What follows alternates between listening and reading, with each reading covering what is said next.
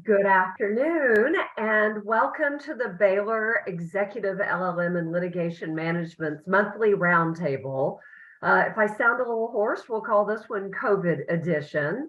But we are very glad to have you here today, and we are even more pleased to have one of our graduates, Will Thomas, here to talk about some of the challenges that are always true for law firms in managing associates and retaining talent, but that are specifically difficult these days in the midst of the great resignation. And I don't know what we're calling the great poaching of associate talent, but Will, welcome. Thanks, Liz. It's really great to be here. Yeah.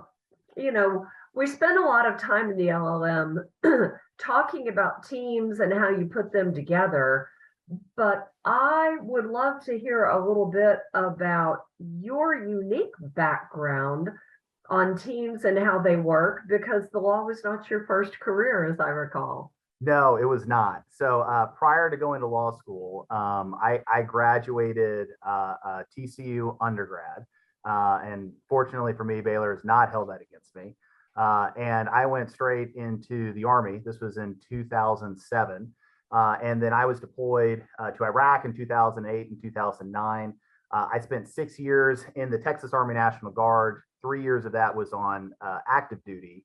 And so I had about a good solid 3 years of experience working in, the United States Army, the world's largest team, before transitioning and, going over to law school. And then from there, I went into private practice.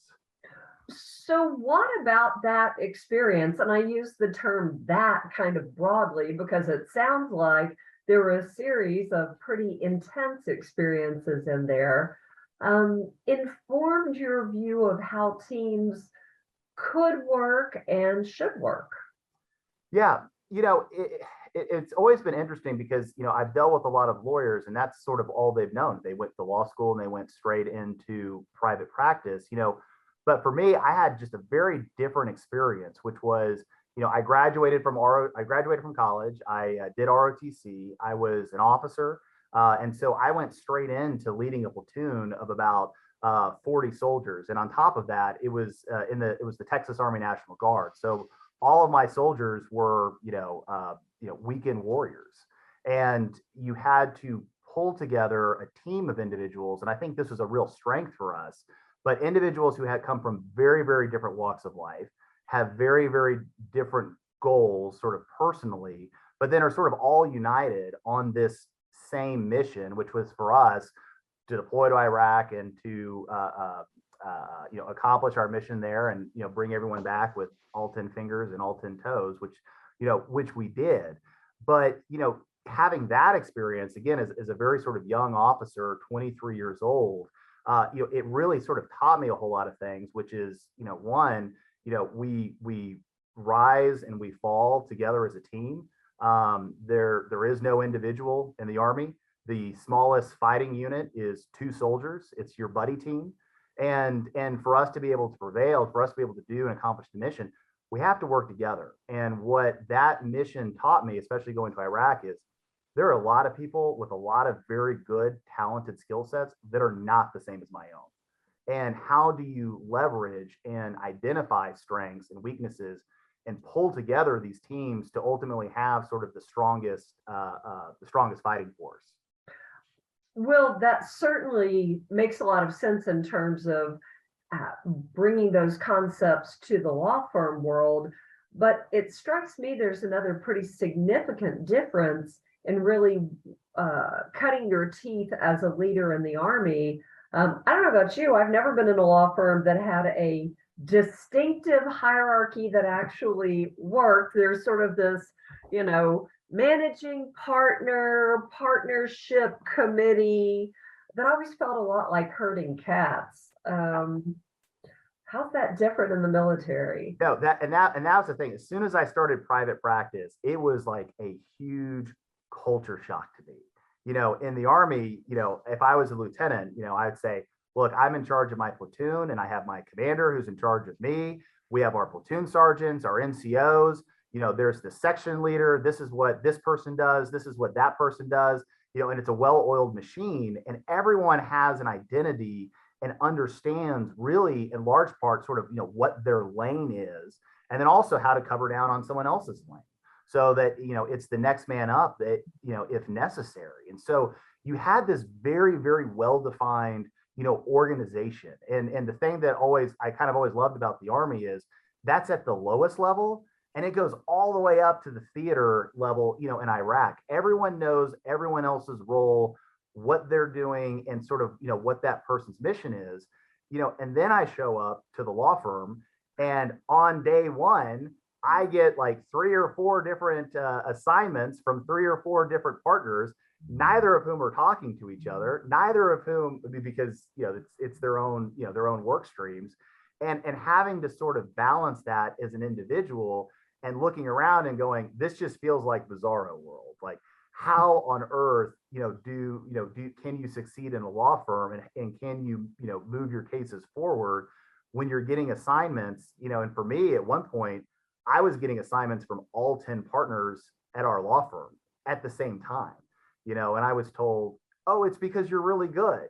And it's like, well, it doesn't feel like this is that good, so it was a very, very different transition. And that's what really sort of stood out to me as law firms are very different. This is a very different industry. Yeah. Well, and that has highlighted one of the problems with really running teams. How do you figure out what team is what, and how do you work efficiently in the law firm? And I know this has been a particular interest, not only because of your own experience, but in your LLM work. So what are some of the challenges that you see, other than the whole sort of ad hoc assignment? What are some of the problems that this structure of law firms brings to creating the right team, running the right team, being efficient with your litigation management? Yeah, and you brought it up, like this was a key reason that I actually did the LLM. And I was very excited, and I said, okay, I'm going to do the LLM, and the answer is going to be in Kyle Dreyer's class, and it's a lot more elusive. That's what I found. But to your point, it's identifying sort of kind of what are all of these challenges, and I think you raised a number of them, which is efficiency. It doesn't help us to have an associate working on a project that at the same time is going to block out another partner's project, and at the same time, it's also like, well, we have the same associate who's working for both of us. I'm not getting my work done. What are the fees that go with that? What's the hourly fee? So we may be not only blocking each other out from a work stream perspective, it also may be from an economic perspective as well on the margin. If my hourly rate fee for that associate is $100 more than the other partner's hourly rate, we've now sort of cut ourselves in terms of the margins for the associate. As far as managing the associates as well, you can't keep them at a junior level forever. I would love to have the best associate at our firm working on my discovery responses, but that's not an efficient use of that associate's time, and it's not an efficient use of developing that associate. So one thing that comes back as well, which is, this associate needs to graduate and move on to more complicated and higher level tasks. And as much as I want that associate to work on my discovery responses or form pleading on something, I shouldn't. That associate needs to move on to higher talent or higher tasks so that they can develop and progress and move up as a law firm. So there's a work stream issue. There's a margin profitability issue. There's a development issue, and a lot of times these issues, they're in conflict with each other. Yeah, I think that's true. Although, goodness, for decades and decades, the law firm model has just been, maybe we have a team that works in this area. Maybe you've got a partner who works with this certain group, but so much more frequently, it is such an ad hoc approach. And you're right, it does create some problems. Number one, you get associates who are overloaded because so many different partners or even more senior associates are bringing them work. Nobody really knows what they're doing. And then I don't know about you, when we would usually figure that out was at the end of the month where we'd get everybody's hours in. And it'd be like, what the heck has Bob been doing with his time when Susan's clearly drowning? Which of course isn't very fair to that associate if nobody's been giving them work, right? No, that's exactly right. And that's how I feel a lot of times. And that's how I felt, especially before going to the LLM program, which is you're trying to move this organization forward. You're trying to move your cases forward. You're trying to progress and figure out how we're going to utilize these associates. Except the best way we have to manage associate utilization and workload is looking at hours at the end of the month. And it's completely retrospective. So the analogy that I use, it's like trying to drive a car forward while looking in the rearview mirror. Like maybe you'll keep it between the lines, but then maybe you won't. And there's a lot of things that hours don't tell you. If they went on vacation, if they have a personal issue. For us, we don't keep track of marketing hours, so that's something that's very valuable. And then also maybe they had a light month and now they're getting ready to pick up and start, pre-trial or work on some of these other matters. It doesn't tell you a whole lot. And so another sort of real limitation you have in trying to manage sort of all of these factors is how do you monitor it? How do you figure out what's going on?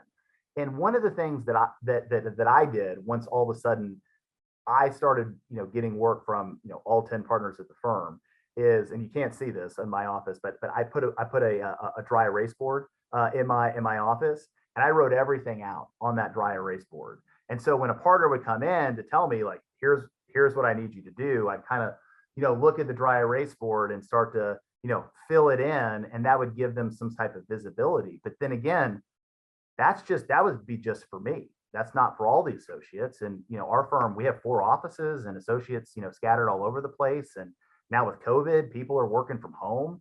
So it makes it a lot more harder to understand, what's on everyone's plate right now so that we can best prepare for utilization, moving forward. Well, and even knowing what is on an associate's plate doesn't really give you priority because, if you've read any of Larry Richards' The Lawyer Brain, lawyers are disproportionately high in urgency compared to the rest of the population. And so if we just leave it to the lawyers to say, is this project urgent or not? The answer 100% of the time is going to be yes, because Absolutely. it's my work, it's important, right? Exactly. And then you have these poor associates going, I will do whatever, but I really can't manage all of this. And it's so important because, what's the most urgent work at the firm? Well, it's clearly my work. 100%. Every single time, it's clearly my work. And every lawyer I know and every partner largely views it that way. And what most law firms do, and what we kind of did for the longest time, was we would put it on the associate and say, hey, if you're getting overworked, you need to let us know. And really what you've done is you've taken a very high level task and you have delegated it down to the new lawyer. And at the same time too, a lot of times, and in a lot of instances at a lot of law firms, you've also not empowered that lawyer to necessarily say no. And that's one thing that I think is very difficult for a lot of young lawyers, is because you say, I am overworked, but by golly, I got to get my work done. Or the partner's looking at me going, I still think you do have some capacity. And that's what creates a disconnect. And in a large part, I think that's punting, the supervision and responsibility down to the youngest lawyer, which is not entirely fair. Well, not only not entirely fair, because somebody who really wants to do well is going to want to do all the work, but young lawyers may not have as sophisticated an appreciation for how much time a project will take. Exactly. They may truly believe this is a 2 or 3 hour memo, and it turns out it's a 10-hour research project because it's an unsettled question that they just don't have any way to envision. The other issue, of course, is that right now there is a ridiculous market for associate talent. How has that played in into this problem? It's amplified it.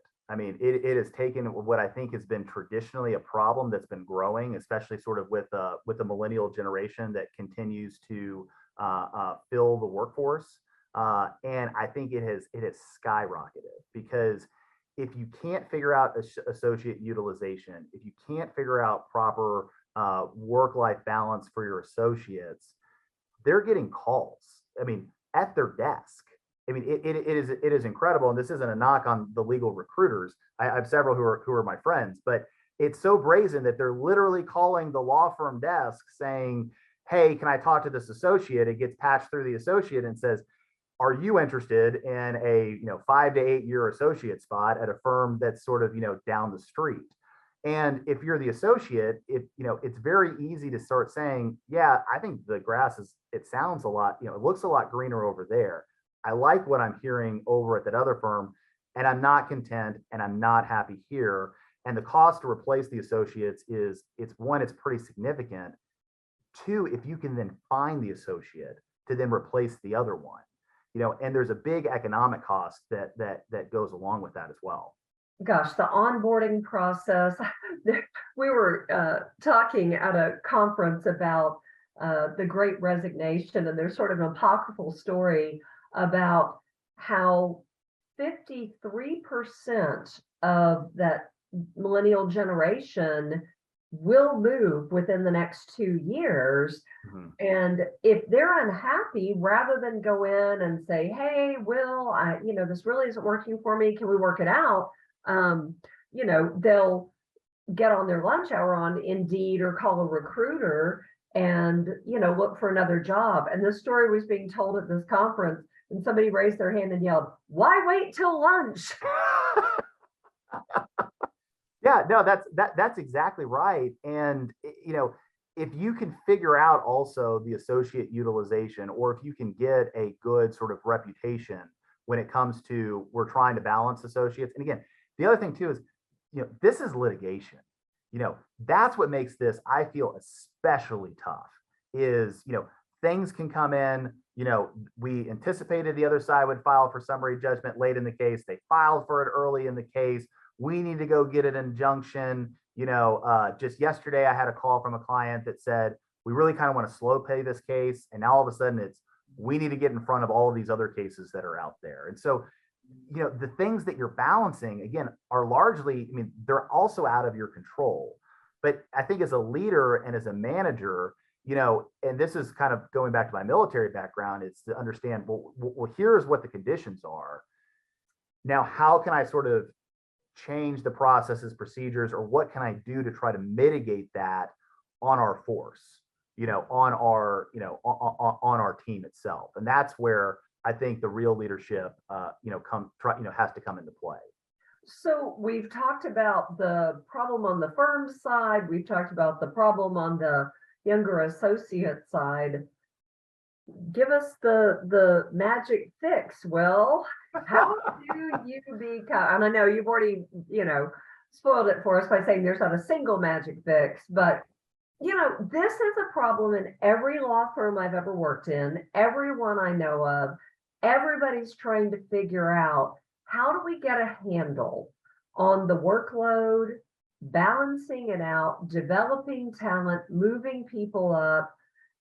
What have you found? Because I know this has been an area of significant effort for you at your firm. Walk us through some of what you've tried to use associates better, share the workload around. What does that look like for y'all? Sure. And part of this, I go back to my LLM experience, and you're absolutely right. I asked Kyle Dreyer that in my interview for the LLM, and he said, "Well, you're just gonna have to wait and see and take the class." And took the class, and it did give me a lot of tools to look at. And one of them was, to me, again, I looked sort of outside the law, and I said, "Is there anything outside the law that can help kind of provide some guidance as to what we can do here?" Again, law firms are different, but are they so different that people have not sort of looked at this issue before? And the item that sort of kind of kept coming back to me is this notion of the tragedy of the commons. And I thought that was a pretty good analogy for life as an associate sort of being overworked. The tragedy of the commons is you have this field, the community comes in and it overgrazes the field because there's no limits, and then the field is overgrazed and barren, and it's an economic problem that presents itself sort of repeatedly in a lot of different ways. And so for the LLM, I looked at this from an economics perspective, and looked at what those solutions would be. And one of them, traditionally for the tragedy of the commons, is command structure, top down. This is how we're going to do things. So then, I thought about it from a law firm perspective. What would that look like? And what some firms do is they have staffing managers. They have attorneys or former attorneys who are trying to sort of look at what is the capacity, what is the workload. And I talked to a number of managing partners at firms, and they like that method, and that works for them. It would absolutely not work for us for so many different reasons. Well, I mean, first of all, you got to have buy-in. People have to agree to cede that power, which, we clench it with our little fingers. They have to agree to cede that power to somebody. And boy, then you've got to have staffing managers who everybody really believes is taking care of business. And that's, great if you find them, but that's tough. That's and great. You're willing to pay them too. Exactly. So you're also paying a lot of money to try to solve this problem as well. And again, at our firm, look, we're not a 2,000 person firm. We're 50 litigators in 3 different states and 4 different offices. And do we really want to pay someone to try to solve this problem for us? And it was not a solution. And as you said, Liz, you have to cede power. Is everyone going to buy in and cede authority over to the staffing manager when, remember, every bit of work that comes across my desk and my docket is instantaneously more urgent and more important than everyone else's? And so for some firms, that works. And, and I think it has its own set of issues. It would absolutely not work for us. And so took that solution, which exists, and set it aside. The next one that came across for tragedy of the commons was sort of private rights. And essentially what this gets down to is you put up fences. So how do you solve the tragedy of the commons? You have property rights, you put up fences, and and it has a gate, and it says you can't come in here. And for us, this sort of initially looked like a really good solution. And I think there's a lot of buzzwords, and at a high level, it sounds great, because what you say is we're going to teams. That's what we're going to have. We're going to have teams, and these are going to be Will's associates, and my partner David, these are going to be his associates, and all is going to be right with the world. That's our solution. We live in a capitalist society. Let's look at a capitalist answer. And we probably spent the better part of a year looking at this and talking about this and working on it. And we've transitioned to sort of a form of teams, but there's also downside to teams. One of them is, if I need a new associate, then I need to fill up 2,000 hours. And I may not need that. I may need someone just to come in and help out on, a trial that's coming up. The associates that work for me, well, they're only working for me. And that's the whole nature of teams. I have fences, everyone else go away. That's not necessarily great for that associate. When I started at the firm, I worked for the 3 named partners, David, Tom, and Andy. David was highly analytical. Tom was a very passionate speaker. And Andy he would walk into court and say, Your Honor, this case is about 2 things. Never 3, never 1, always 2. And so I learned from all 3 of them, and that helped develop my practice. And so when you start siloing people, now all of a sudden it looks like they're only going to learn from certain people. And then 2, how do people move up? And if you've worked for Will for 3 years, it makes it harder to kind of go work on another team, even though that may have the other opportunity. So, we like teams kind of as an overarching structure, but the teams concept also wasn't necessarily the best solution for us. Although many, not to cut in, for many firms, if you have teams with sort of semi-permeable barriers. Mhm. People can work and play well with others, saying, yes, let's share across some teams. That can work. But in my experience, that also presupposes that the leader of that team is disciplined enough and structured enough to meet with the team members and know what they're actually doing, instead of just kind of chucking spaghetti at the wall and not really having a handle on it. So there's that aspect. Plus, It's true. what if the associate doesn't like that team member, or another partner comes in and wants to poach? I mean, those are some of the other. It's all those issues. And like, again, if I have, and we've seen this as well, this associate did not work on my team. What do we do with that person? Well, actually, there's a partner over in California, and that person really, really works well on that person's team. So it makes it pretty difficult when you start putting up fences. And the other thing too, I think once you start putting up those walls and those fences, there's an economic cost to it. So let's just say my associates aren't as busy and they're at 1,900 hours. Well, there's a delta there. And if you go over to another team, well, that associate's at 2,300 hours. Well, you also then have to pay for that associate's bonus because now they're over the 2,300 hours. So you're paying for this time in a couple of different ways. So, to your point, Liz, you kind of have to have some ability to kind of move things around and shift things a little bit. And that kind of got me to, and again, looking at the tragedy of the commons, there was an economist, Eleanor Ostrom, who kind of looked at this and said, I hear you. There's the command structure, communism. There's the capitalist structure, private rights. But when I go out and look at a lot of small communities, they've kind of developed their own solutions that are neither of these things. And it established sort of there was basically community norms amongst this small group. And what she said was, it is small groups. It is small communities that identify and have a common sort of, culture and understanding and high trust.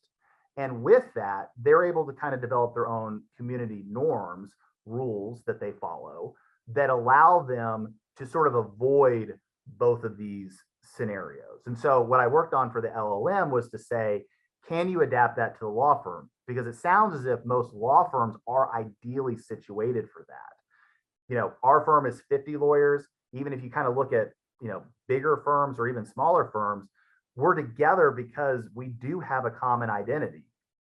Your Honor, Will Thomas with McDowell Hetherington for the plaintiff. We do have a common identity. We do have a common culture. So one thing that's kind of been important for us and important for me is to say, instead of having sort of either of these systems, are there community norms that we can adopt on the front end that may help us allocate and utilize associates on the back end when we do have sort of one of these, scenarios and potential tug of war over an associate? Talk about the importance of coming up with some guidelines, rules, agreements, because what you're really saying is, okay, as a firm, here are the rules we all agree with when it comes time to allocate associate time or young partner or whoever. And we all agree that these are the rules that apply. Why is it important that you do that in advance of issues coming up? Yeah, I think it's very important if you can do it in advance and issues coming up, because lawyers, especially litigators, tend to be very good at making their case on the spot, looking at the facts as they exist sort of at that time. If you can get buy-in before, and if I can sort of point us back to, these are our guiding principles, these are our guiding norms, and have those on the front end, it makes the discussions on the back end also have a lot more structure. We all agreed that when we had as an example, we all agreed at the last partner meeting that, or the annual partner meeting, that look, if we have an associate and that associate can get billed out at, more money than working on this other case, it needs to take priority because overall that's better for the entire firm. If we can agree that if you're a partner asking a associate that has more hours than that partner and the partner assigning the work, you kind of can't ask that associate to do the work because they're actually busier than you. Maybe you need to do the work.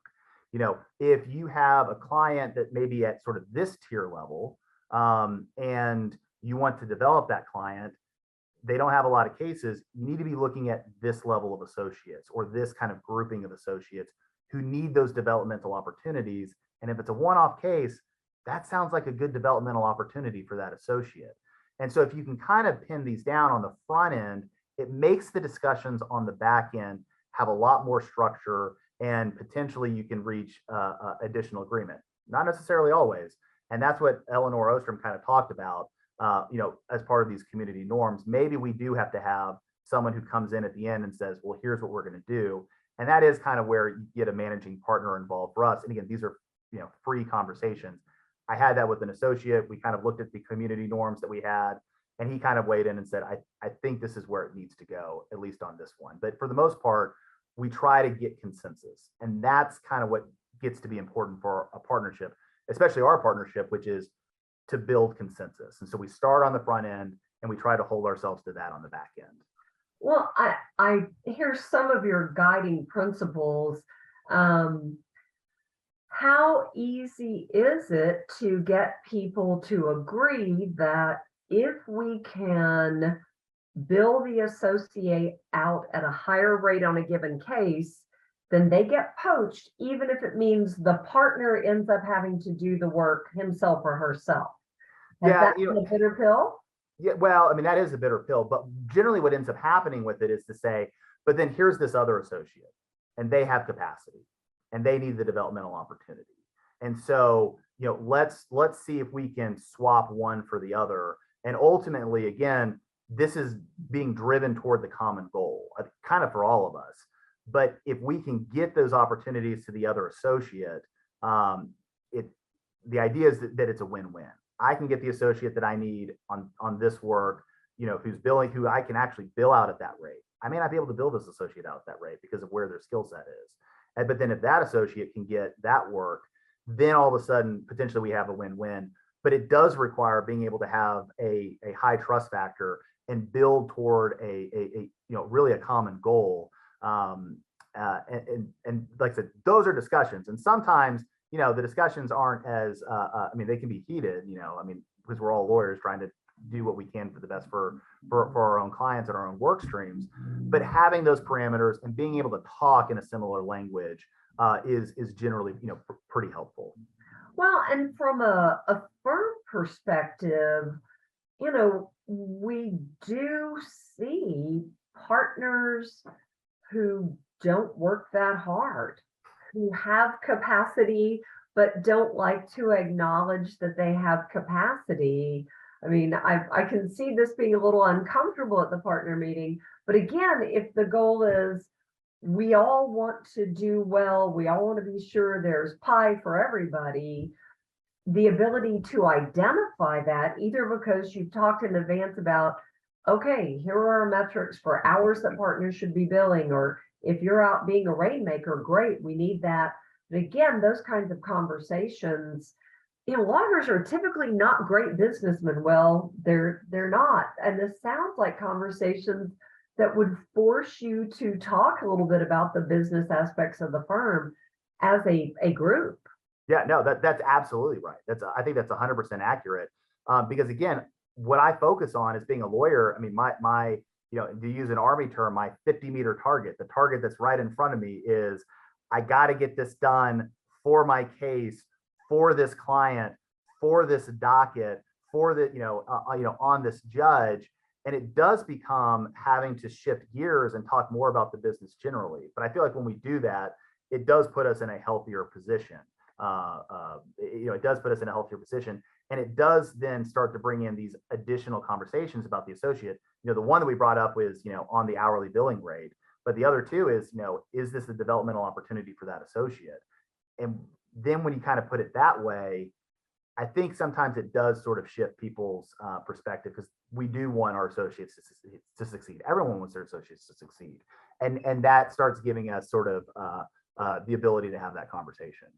Well, because okay, I can build this associate at a higher rate is the immediate economic impact. But if you're not developing your talent, you're missing I don't know what's after a 50-meter target, the 500-meter target, whatever that is. Right. You ultimately want associates who become partners, who bring in their own business, who are competent to go handle more challenging situations.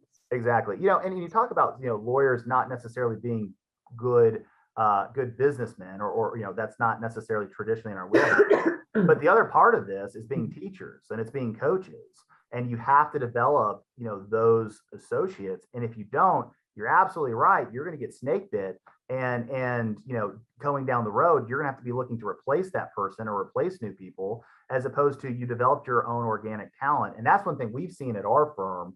And one reason that we started to make a bigger effort to do OCI summer clerkship classes is because we found that developing your own associate tends to be a lot better, I think, overall, and easier than finding that mid-level person and convincing them to move over. Yeah, I think that's true. Although, boy, the first 6 or 8 months can be a rough time because, as much as I love that we turn out lawyers who are ready to practice at Baylor, there's still some new that's got to get knocked off of everybody. And dealing with that sort of issue, we were looking at teams and how we're allocating some of the new people coming in, but that was a conversation that I was immediately able to have, which was, wait a minute, why am I getting 2 people that are brand new? Because I do not have the bandwidth right now to turn around and train both of those people. It's going to be a bad situation for me. It's going to be a bad situation for them. So then it became, can we put them on another team? Can we put them with someone else? Can we put them with a partner that may not be as busy and then can actually use and have that developmental time? But again, so much of this is communication. And so much of this is sitting in other partners' offices, which is kind of tends to be how we do things, as opposed to a morning meeting, a Monday meeting, a Friday meeting.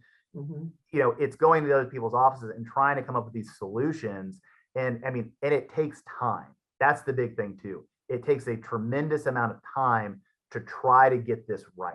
And it's something you have to kind of build in. But frankly, the idea of it's a law firm, it's a pyramid, these people are going to come in, most of them are going to go out, and there's just going to be more people that are coming in the door. Those days, at least right now, and I don't think they're coming back, but those days are gone. So as a lawyer, as a litigation manager, this is one area where we really need to try to do better. And at our firm, we have made a big emphasis on trying to do better on this in the last couple of years. How do you measure to see whether it's working? It's tough. I think a lot of it is also feedback. So a lot of it is feedback with the associates that I tend to work with. I try to get them that feedback as much as possible. Obviously we can look at the numbers. That's another place. We can look at the hours. And again, if it's not working, the hours can show you as well. If I say I need this associate and I take that associate's time for that month, and we get to the partner meeting at the end of the month where we put up the associate's hours and they're 50 hours short, that's on me, and that goes back to the Eleanor Ostrom and the community norms. There has to be accountability. And so then at that point at the partner meeting, I become accountable for, I reserved this time, I took this time, I didn't actually use this time. So, there's a lot of ways to get the feedback, but, we can look at data, but I think just a big part of the feedback is also having those interactions with the associates and trying to get the feedback from them. Yeah. Which the millennial generation, that's what they want. They want feedback. Yeah, they very much do. And if you can get them involved, get them feedback, and also listen to their insights, get their feedback, that ability to feel part of something is good. Although it's also kind of ironic that some of them don't really like to talk. There are these funny things about the generation, but once you kind of get them down and give them meaningful feedback, not only are you getting them more invested in there, but you're again helping them develop. You're Exactly. getting That's them exactly better right. lawyers. Yeah. And, and I think it's also kind of an interesting, way to sort of engage with the associate as opposed to like, you know, here's your brief and here are my red lines and here's my negative feedback on all of these comments. It's a way to get them involved in talking about the processes, and how we're doing things. And my wife went to Stanford Business School, so she's very tuned into all of this. And the thing that she always says is, feedback is a gift. So from the leader's perspective, it is a gift to try to figure out where these people are at, because again, I want to know about it on the front end to try to correct it. And again, it may not be working on my docket. It may be working on somebody else's docket and doing maybe more plaintiff work as opposed to some of the work that I do. But I know about that, and I need to be very highly attuned and shifting on it and moving sort of quickly. And right now, when these associates have so many opportunities in front of all of them, the legal field can't fill all of the holes that it has right now in terms of staffing all this work. You got to be highly tuned in on it. Yeah, the other thing that those opportunities for feedback and those conversations allow is the associate starts to understand the culture of the firm. Right. And that to me was such a challenge during COVID with working remotely, because culture is such an absorptive process.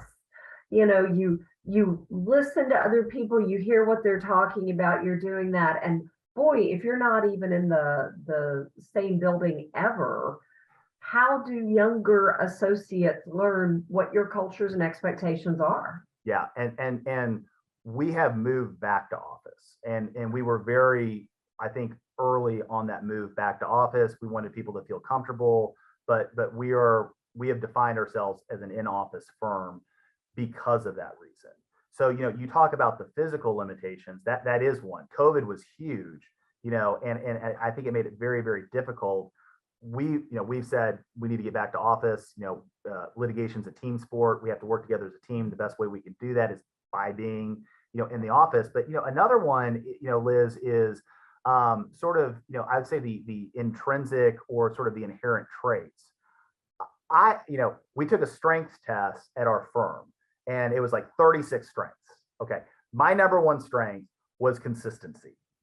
My number 36 strength, as in my biggest weakness, empathy, which did not surprise me, coming from the Army. But my joke about this is, well, I'm clearly, what you can see is I'm consistently unempathetic, but again, that's my blind spot. So for me as a leader, and to try to be a good litigation manager, I have to make a bigger, more concerted effort, because that is my weakness. Empathy is my weakness, but it doesn't work in this. I feel like this structure that I have to work on that weakness in this structure, because it is about community norms, and I got to work with my partners and say, like, I hear you, I'm willing to trade with this this person, can I get this time? And being empathetic, and then also being empathetic with the associates as well, being like, I hear you, as opposed to like, what do you mean? It's like, I'm sorry, I'm required to work after 7 o'clock on Thursday. Like that just goes with the job in litigation. It doesn't work. But so there are physical issues, what you mentioned. The other one that I learned, really kind of quickly, which was, there are inherent characteristics as part of being a leader, as part of, managing a team, that you yourself also have to work through. No question. We've talked about doing this organically, doing it one-on-one, talking and all of that. I know you have looked a little bit into whether there are software solutions. I mean, we've used Scrum boards, we've tried all kinds of things, and candidly, we haven't found the thing that works. Yes. I mean, we just have not found a technology solution. But I know you've played around with this. Talk to us about that. Sure, you're absolutely right, because I looked at this and I was like, surely Silicon Valley has already solved all of the issues that I've already raised. I just have to go find the right system. And you're right. I went through so many different softwares, because I was like, well, I can just punt this to, some really, really, smart tech guy, and they're going to totally solve all of my issues. And one thing that is very important is understanding where the capacity is and understanding who is doing what, and sort of, maybe what their billable rate is, or like what their talents are, or what they want to do. And so for all of this, when it comes to managing the tragedy of the commons, what everyone will say is you have to monitor the commons. That's a big solution. And so I talked earlier about what I did was I had a dry erase board I had in my office and everyone could see it. Could you do that across the entire firm? Most software is not developed to do that because it's really like a team and you're only working for these teams. But for us, we have so much lateral movement, you can't use Trello or Monday.com or any of these other systems because it's not as attuned. Mike Powell is with the Allocation. They actually do have a software program that does sort of relate to a lot of the issues we're talking about and managing the commons, who's doing what. And it's kind of a real time dry erase board. Now, you still have to have your conversations with your partners. You still have to establish community norms. You still have to have all of those other things that going into the team. But what Mike's group has helped solve is, what does real-time monitoring look like? And so for that, I asked if Mike may be able to kind of talk a little bit about the software they have.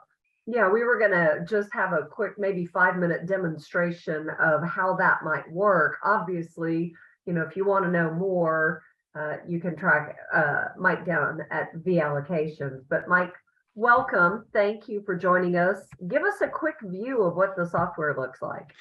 Hi, thank you, Liz, and thank you, Will, and it's a pleasure to be here. So I'm going to go ahead and share my screen. Let's make sure everyone can see it okay. Can everyone see my screen? There it's going. Yep. Perfect. Okay, so I'm just going to take you through a few quick slides real quick. I'm going to try not to be too salesy. Most of the time if I'm doing this presentation, I'm trying to sell it to a client. So I want to give you background on what's going on in the industry.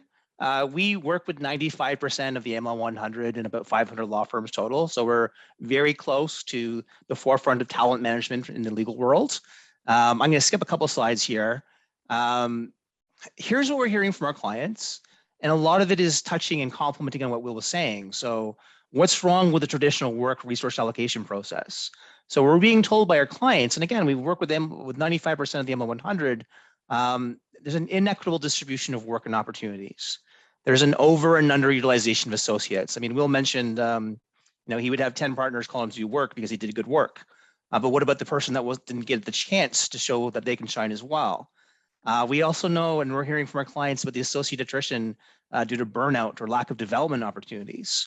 We talk to a lot of people that are in talent management across law firms, and I always ask them, when someone leaves the firm, what's the number one reason? And it's not so much money, it's more about the number one answer they hear is they didn't get access to the right quality of work assignments to help them advance their career. So it was interesting to hear. Last year, apparently 23.2% was the turnover rate for associates. I was at the NALP conference in New Orleans back in April, and I had a few firms telling me that the number is more closer to 28% these days. So certainly trying to recruit associates, develop associates is at the forefront at all of the law firms right now. It's an inefficient and time-consuming staffing process, difficulties in capacity planning that Will mentioned and talked to, managing lawyers in a hybrid environment. I believe Liz talked on that and how that's a real challenge in COVID. Integrating new lawyers from a work allocation perspective, because quite often law firms are integrating new people into their business without the benefit of having them in the office 5 days a week like they have in the past. So a lot of law firms are trying to become officeless. Like larger firms traditionally might be a little bit siloed. So let's say the California offices were really busy, the Midwest office might have some capacity, but if they were doing local work assignment, they wouldn't have that visibility. And lastly, also knowing where the expertise exists, like where do the skills exist in the firm? How do I put them to work? So these are some of the thoughts and challenges that we're hearing from our clients. And we put together a solution that allows us to help our clients get better visibility to who's working and what matters, who has the right capacity to work on the matters. Let's make sure that people aren't getting burned out and that we're doing a much better job of doing more equitable work allocation. So normally this is an hour presentation. I'm going to make it like about 3 or 4 minutes. So bear with me. I'm going to show you a couple key screens. So right now I'm logged in as a partner named Wendy Wolfowitz. And the system is very configurable to different firms. So no two firms might use this the same way. So we talk to firms' client T&B systems. So maybe where we know what matter it is. And in this context here, I'm logged in as a partner who has a need for a resource. So I'm going to say NG infringement matter. We're going to say it's going to start, say, next week. We want the work done by a week, and we think it's going to be 40 billable hours. And they have an opportunity to describe what they need. So I need 2 seniors, 1 with an IP background, and at least 1 that speaks Spanish. Okay, so here is the facility or the workflow for whoever's in charge of finding people to be given the opportunity to say, here's what I need. The next questions here is travel required, business development, client-facing work. These are all customizable, and different firms will have different questions. And the reason they do this is for reporting purposes later on. So they can see, okay, have we done a fair job of dividing up business development opportunities? Have we done a fair job of dividing up client-facing work? People that tell us they want to travel, are they the ones getting the travel assignments? So these are just examples of some additional questions. So I'll update this. And from here, let me go back in now over here now. From here, an email will get sent out to someone saying, hey, can you do this work? Who can do this work? Okay, so give me a second here. I need to, I logged out a time, I was timed out, my apologies.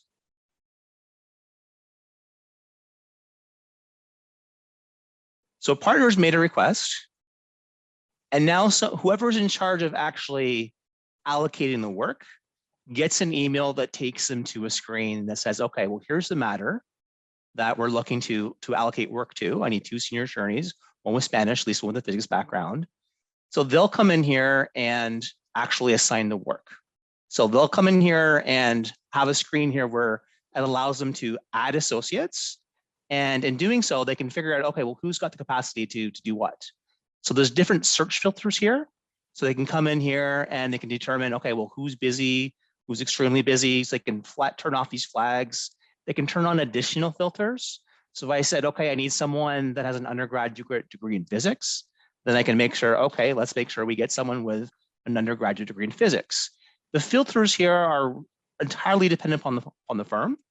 So in my selections here, you can see things like username, billable hours, are they diverse, yes or no, languages they speak, what law school they go to. Obviously, we give high preference to Baylor graduates. The practice area, are they a recent hire, yes or no? It's up to the firm and what type of parameters they want to search across. But as they say, okay, well, show me people who actually have capacity, they'll come in here and they say, okay, well, here's 3 people that have capacity. Maybe they can come in here and look at their individual stats. So here is, like, I jokingly call this the baseball card. So here is Jorge, the lawyer, and we can see all his, he's a senior, he speaks Spanish, oh, perfect. His undergraduate degrees in physics, his law school is Yale, we won't hold that against him. We can see his billables year to date. Scrolling down, if we've asked people for their interest areas, we can track that as well. So as matter projects come up, if we want to try and match things up with their interest areas, we can. We can also see what he's planned to be working on recently. So our associates have the ability to forecast, and again, we'll mention this, is like you don't want to drive forwards looking at the rearview mirror. So typically law firms will have a quick weekly process where it says, how busy are you? How many hours free do you have? This is very robust and configurable as well. So some firms will tell us, no, I have X number of hours free. Some firms will have their people tell us, no, here's what I'm working on by matter type thing. But either way, we're able to have visibility on what people's plans are and who needs to do work. So after this gets assigned, then we're able to come in and see dashboards. So people that are firm leaders will be able to come in and say, okay, well, where do I have availability across my firm? So they're able to come in here, look at different time periods, look at different offices, see where do I have capacity. So how much capacity do I have in LA versus Chicago versus New York versus Boston, seeing my overall trends. seeing who's busy, who's most available, what are my most active matters. A lot of firms like to look at this from a demographic or diverse perspective. So show me availability and who's busy by gender, show me by ethnic origin. So putting a special lens, and a lot of firms are becoming, more and more firms are becoming Mansfield certified. So that's becoming a higher priority for firms on that front as well. And then we allow firms to report on things. So we might bring in actuals versus forecast. So in this report, you'll see here, it's a forecast versus actual. So we might come in here and say, okay, well, for a given week, this person told us they were moderately busy and they billed 37 hours. Makes sense. This person said they were extremely busy, leave them alone, but they only billed 28 hours. So getting at, and that's part of the challenge we have with that law firms have, is there are some people that'll always say, hey, I'm busy, leave me alone. And there are some people that always say, you know, give me work, give me work, give me work. And they'll take on as much as they can until to the point where they actually get, they get overutilized and they end up burning out. So having metrics in the system, so we're looking at actuals and comparing them to forecasts, allows us firms to learn and track analytics from this. So again, I took an hour presentation and I condensed it to 8 minutes. I hope everyone gets. I hope everyone gets the gist of it. Done. So happy to answer any questions that there may be, but if not, I'll turn it back over to Will. Thanks, Mike. Mike, I love the forecast versus actual. That's a really great opportunity for that. And you know what? We've got a question, Mike, from one of our viewers who noticed the category about long-term absence. And does that include like maternity leave or FMLA time? Yep. Is that punitive or is that just, what is the point for that category? Long-term absence would be just to your point there. So if someone is a reserve that gets called up, like as Will would be familiar with, or if someone is on mat leave. By the way, just a shout out to my home country, ladies, you get a whole year of mat leave in Canada when you have a baby. So it's exactly that. There's no, the intention is not to be punitive, but just to draw attention to where you have people that are going to be out of the office for approved extensions of time. Perfect. Perfect. Yeah, I love the idea to track the difference versus perception reality about it. That's really terrific. And we jokingly call that the honesty report. But what some firms do is when they send out the email to you on a Thursday, for example, saying, hey, Liz, how busy you're going to be next week, click on this link to let us know.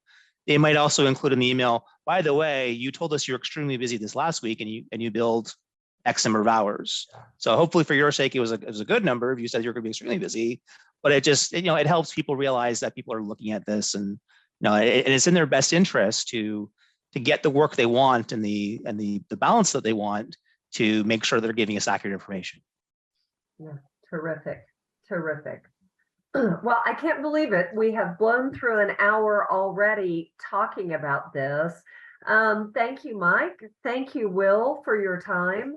If you are interested in figuring out how to manage your litigation better, how to be more efficient and effective, by all means, go to our homepage, look at the Baylor Executive LLM in Litigation Management. But until next month, I hope you all have a great day and that you don't get COVID. Thanks, everybody.